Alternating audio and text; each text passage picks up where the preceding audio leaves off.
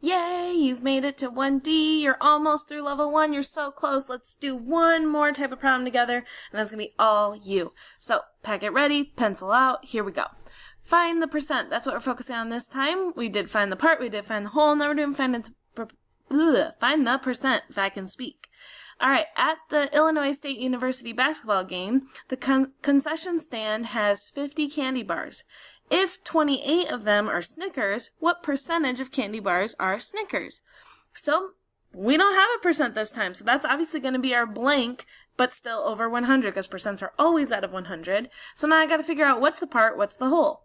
Well, 50 is not my part, even though it comes first, and you might think that'd be the part, but it's really not. That's how many they have, so that's the total, that's the whole. And then it says, if 28 of them are Snickers, there you go, that's our part. 28 are Snickers, that's one part of the total candy bars. So we got 28 on top and 50 on bottom. And we have our blank here for the percent that we are trying to find. So we can look up and down or across. I'm noticing across. And I'm actually going to go from the right side to the left side this time since I don't know the percent. And I can see that 50 times 2 gets me 100. So I got to do the same thing to the top. So 28 times 2. If you need to do it off to the side, feel free.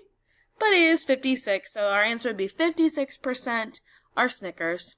That's our answer on this one. Pretty simple, using the same skills we did before. So if you need to go back and rewind, feel free. But the next thing I want you to do is try these 3 problems on your own. Now I want to give you a heads up. These are a mixture of the last 3 types of problems that we've looked at. Find the part, find the whole, find the percent. So you're going to have to pay attention because these are not all find the percents. Some are, some aren't. There's one of each kind of problem to give you a hint.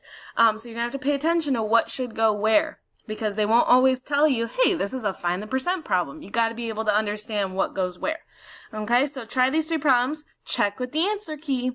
Then you're going to get a classmate's signature. So when you do that, make sure that you've checked with the answer key. And that's what you're going to want to confirm with them that, hey, I need you to sign off on this. I just did these and checked with the answer key. Could you sign this for me?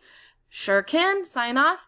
And then you've got a quick check to get before you take that level 1 assessment. Okay? You've got this. Take your time. You know it. You got it. Woo!